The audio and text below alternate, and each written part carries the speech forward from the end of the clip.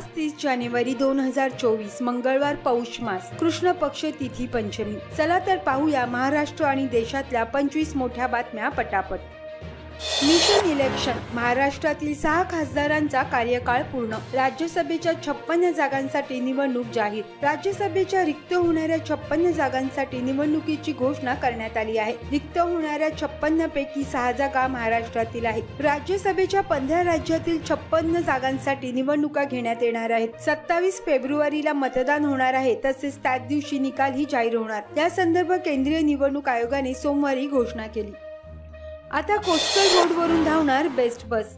Coastal रोडवर वरील ceiling प्रमाणे बेस्टच्या बसच्या वाहतुकीला परवानगी देण्यात आली आहे। त्यामध्ये 4 चाकी वाहनांव्यतिरिक्त बेस्टच्या बसेसला परवानगी देण्यात आली आहे। कोस्टल रोडवरील चौथी मार्गिका ही बेस्ट बस आणि आपत्कालीन वाहनांसाठी ठेवण्यात आली आहे। या एकूण मार्गावर 8 ते 10 बस थांबे ठेवण्यात येणार। त्यामुळे ज्यांच्याकडे वाहने नाहीत अशा मुंबईकरांनाही बेस्टने प्रवास करून थेट 7 ते 8 किलोमीटर लांबीच्या सागरी पथपथावर पोहोचून आनंद घेता येणार आहे।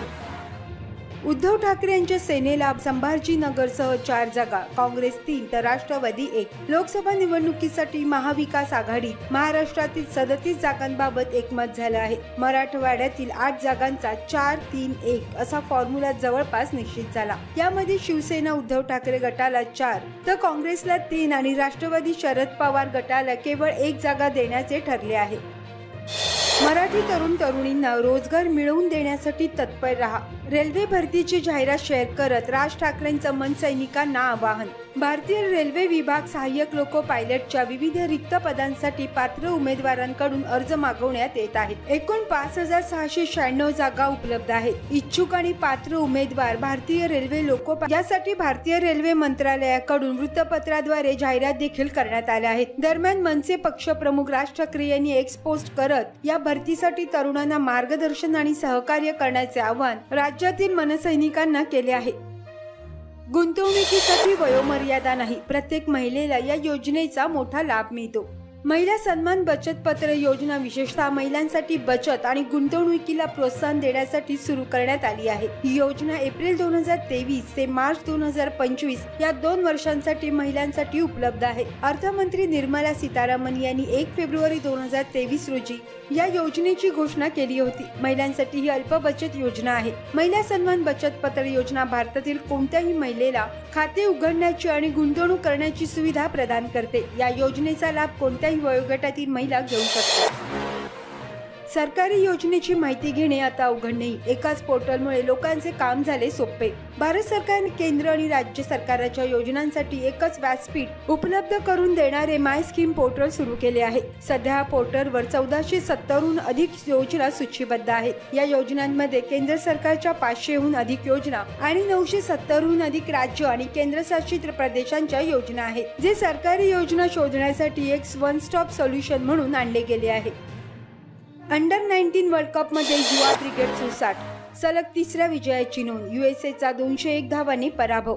ग्रुप स्टेज मधील शेवटच्या सामन्यात भारताने यूएसएचा 201 धावांनी दारुण पराभव केला। यूएसएच्या कर्णधाराने नाणेफेक जिंकून प्रथम गोलंदाजी करण्याचा निर्णय घेतला। भारताने प्रथम फलंदाजी करताना 326 धावांची विराट धावसंख्या उभारली। 327 धावांचा बचाव करताना भारतीय गोलंदाजांनी अचूक टप्प्यावर मारा केला। भारताकडून नमन तिवारी यांनी सर्वाधिक विकेट घेतल्या। नमन तिवारी यांनी 9 षटकात फक्त 20 धावा देत 4 फलंदाजांना तंबूत पाठवले। यामध्ये त्याने 3 षटके निर्धाव फेकली। महिन्याला 20% रिटर्नचे आमिष महागात पडले, 3 कोटी रुपये गमावले।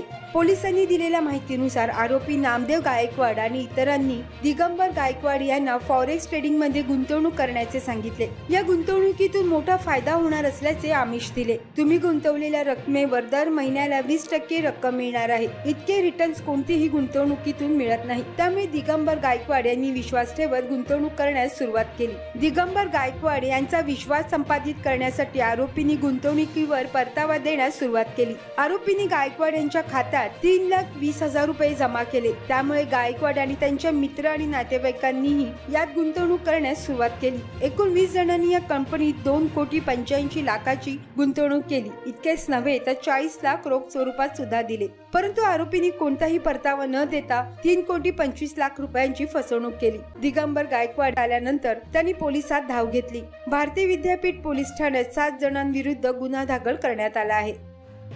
तुमच्या नावावर किती मोबाईल नंबर वापरले जात आहे हे लगेच तपासा।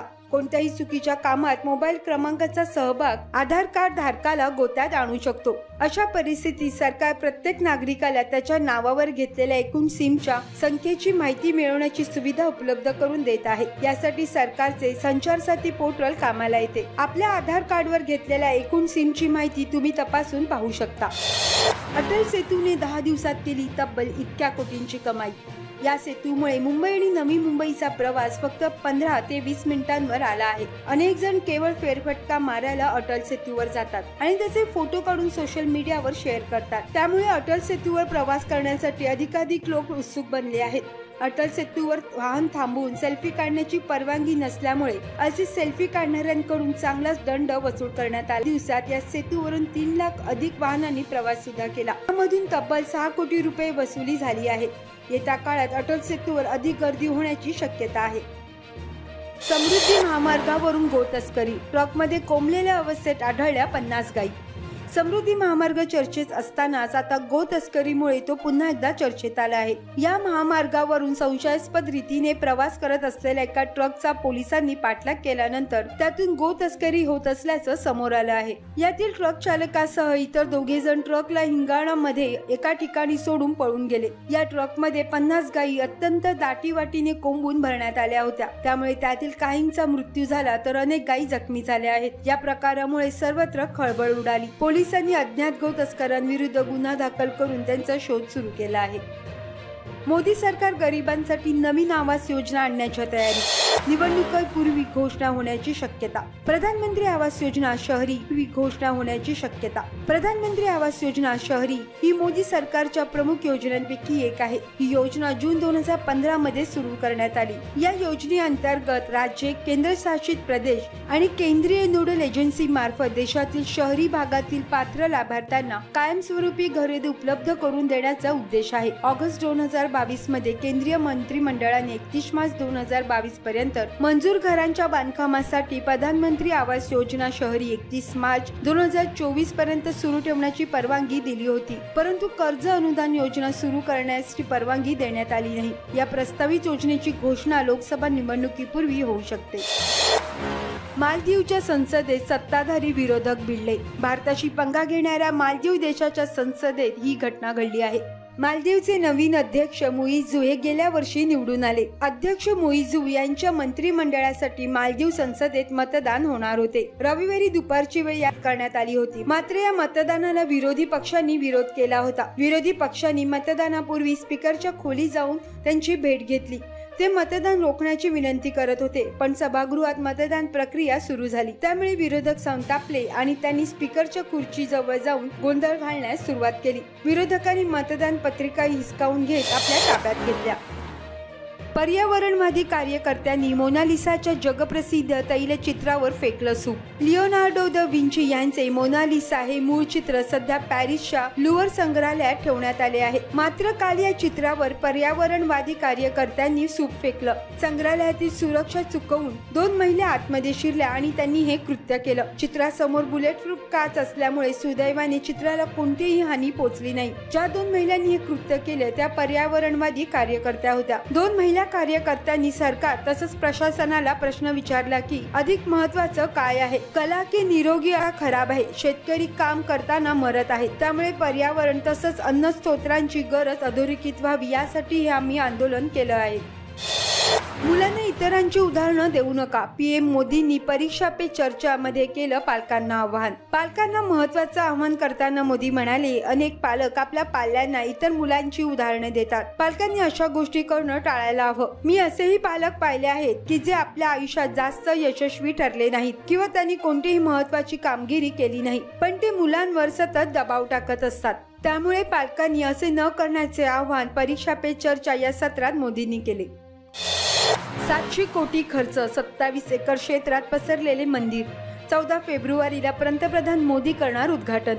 14 फेब्रुवारी रोजी अबुधाबी UAE इथे देशातल्या पहिल्या हिंदू मंदिराचे उद्घाटन होणार आहे। ते एक राम मंदिर आहे। पंतप्रधान नरेंद्र मोदी यांनी 14 फेब्रुवारीला वसंत पंचमीला या मंदिराचे उद्घाटन करण्याचा निर्णय घेतला। अबुधाबी हे UAE ची राजधानी आहे, जिथे हे मंदिर आहे। मंदिराचे बांधकाम BAPS बुच अक्षर मुनी सवनीय परम संस्थेद्वारे केले जात आहे। पंतप्रधान नरेंद्र मोदी अभिषेक समारंभाला उपस्थित राहतील। हे मंदिर अरब देशातील हिंदू धर्मांसाठी महत्त्वाचे असेल। देशात 7 दिवसात लागू होणार नागरिकत्व सुधारणा कायदा, केंद्रीय मंत्र्याची गॅरंटी।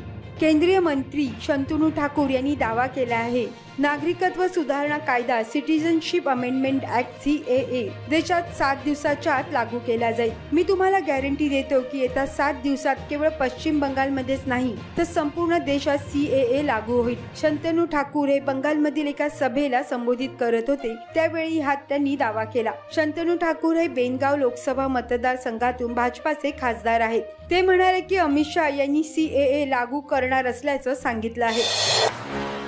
आता मदरशांमध्ये दिले जाणार रामायणाचे धडे, वक्फ बोर्डचा मोठा निर्णय। वक्फ बोर्डने यासंबंधीचा निर्णय घेतला आहे।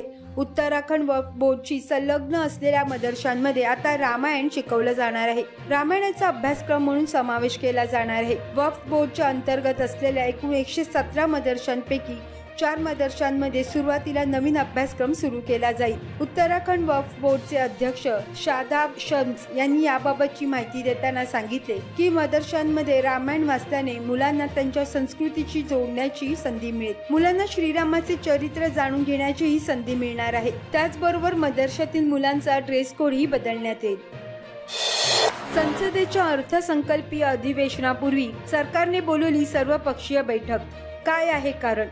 संसदेचे अर्थसंकल्पीय अधिवेशन सुरू होण्याच्या 1 दिवस आधी केंद्र सरकारने मंगळवारी सर्व पक्षांची बैठक बोलवली आहे। या सर्व पक्षांच्या बैठकीत आगामी अर्थसंकल्प सत्राच्या कामकाजासाठी सरकार सहकार्य करण्याचे आवाहन करेल। आर्थिक वर्ष 2027-28 पर्यंत भारताला जगातील 3ऱ्या क्रमांकाची अर्थव्यवस्था बनवण्यासाठी भारताच्या GDPला $5,000 अब्ज आकडा पार करावा लागेल। सरकारचे लक्ष तरुण, महिला, शेतकरी आणि गरिबांवर असल्याचे अर्थमंत्री सीतारामन यांनी सांगितले। त्यामुळे अंतरिम अर्थसंकल्पात या मुद्द्यांवर भर राहील अशी अपेक्षा आहे।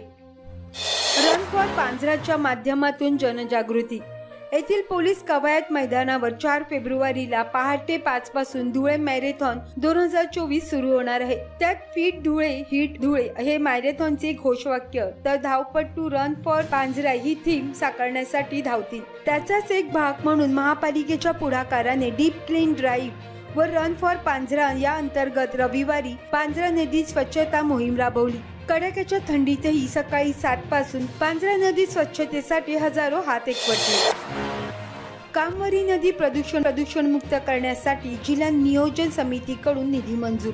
स्वातंत्र्याच्या अमृत महोत्सवांतर्गत केंद्र शासनाचा महत्त्वाचा उपक्रम असलेल्या चला जाणूया नदीला या विषयाच्या बैठकीचे आयोजन पालिका आयुक्त अजय वैद्य यांच्या अध्यक्षतेखाली केले होते। कामवारी नदीचे व तलावातील प्रदूषण मोजण्यासाठी मल्टी पॅरामीटर बसवणे, नदी प्रदूषण मुक्त व मूळ प्रवाहात आणण्यासाठी सर्वांनी एकत्र प्रयत्न करण्याची गरज असल्याचे आयुक्त अजय वैद्य यांनी म्हटले। या कामवारी नदीत कोणत्याही प्रकारचा कचरा, प्लास्टिक टाकू नये, नद्या प्रदूषित करू नये। नदी प्रवाहित करण्यासाठी केंद्र शासनाच्या अमृत महोत्सव अंतर्गत चला नदीला जाणूया हा उपक्रम राबवण्यात येणार आहे।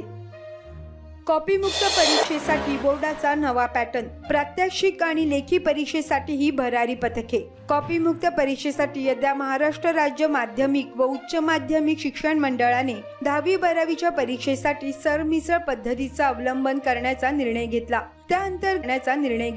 त्या अंतर्गत एकाच शाळा किंवा कनिष्ठ महाविद्यालयात विद्यार्थी वेगवेगळ्या केंद्रावर परीक्षेसाठी असणार आहेत। पूर्वी एकाच शाळेतील विद्यार्थी एकामागे एक यायचे आणि त्यातून कॉपी करून एकमेकांचे पाहून उत्तरे लिहिली जायची। आता हा प्रकार बंद होईल। दुसरीकडे विद्यार्थ्यांना पेपर सुरू झाल्यावरच प्रश्नपत्रिका मिळेल, पण शेवटी 10 मिनिटांचा अधिक वेळ दिला जाणार आहे। विद्यार्थ्यांना पेपर सुरू होण्यापूर्वी अर्धा तास अगोदरच परीक्षा केंद्रावर हजर राहणे बंधनकारक असेल। ग्रीन एनर्जीमध्ये 2,76,000 कोटींचा विक्रमी करार। राज्य सरकारकडून करण्यात आलेल्या करारांबद्दल माहिती देताना देवेंद्र फडणवीस म्हणाले की या करारांमध्ये एनटीपीसी ग्रीन एनर्जी 80,000 कोटी, अवाडा ग्रीन हायड्रोजन 50,000 कोटी, रिन्यू ग्रीन फ्युएल 66,000 कोटी, आयनॉक्स एअर प्रोडक्ट्स 25,000 कोटी, L&T ग्रीन टेक 10,000 कोटी, JSW ग्रीन हायड्रोजन 15,000 कोटी, वेल्समन गोदावरी GS2 700 कोटी रुपयांचे हे करार आहेत। तसेच या करारांमधून तब्बल 63,000 लोकांना रोजगार मिळणार आहे, असे उपमुख्यमंत्री देवेंद्र फडणवीस यांनी स्पष्ट केले। गट सीच्या विविध पदांवर भरतीची संधी, अर्जाची संबंधित संपूर्ण माहिती जाणून घ्या। नॅशनल डिफेन्स अकॅडमी NDA पुणेने थेट भरतीद्वारे गट सी ची विविध पदे भरण्यासाठी भरती आयोजित केली आहे। इच्छुक आणि पात्र उमेदवार अधिकृत वेबसाईट ndacivrectgov.in वर जाऊन या रिक्त पदासाठी अर्ज करू शकतात। अर्ज सादर करण्याची शेवटची तारीख 16 फेब्रुवारी म्हणजे सूचना प्रकाशित झाल्यापासून 21 दिवस 2024 अशी आहे। नॅशनल डिफेन्स अकॅडमी पुणेद्वारे गट क ची विविध पदे भरण्यासाठी 198 रिक्त जागा सोडण्यात आल्या आहेत। तुम्ही रिक्त पदांचा तपशील तसेच अटी पाहू शकता। सेन्सेक्स 1241 अंकाच्या वाढीसह बंद, तर निफ्टी तेजीत। बँकिंग शेअर्स आणि हेवीवेट शेअर्स मध्ये वाढ झाल्याने आज बाजारात मोठी तेजी दिसून आली। सेन्सेक्स 71,941.57 वर 1240.90 अंकाच्या वाढीसह बंद झाला आणि निफ्टी 21,737.60 वर 385 अंकाच्या वाढीसह बंद झाला। तर या होत्या आजच्या 25 पटापट बातम्या। जर तुम्हाला बातम्या आवडल्या असतील तर लाईक, शेअर, कमेंट जरूर करा आणि PM मराठी न्यूज चॅनलला जरूर सबस्क्राईब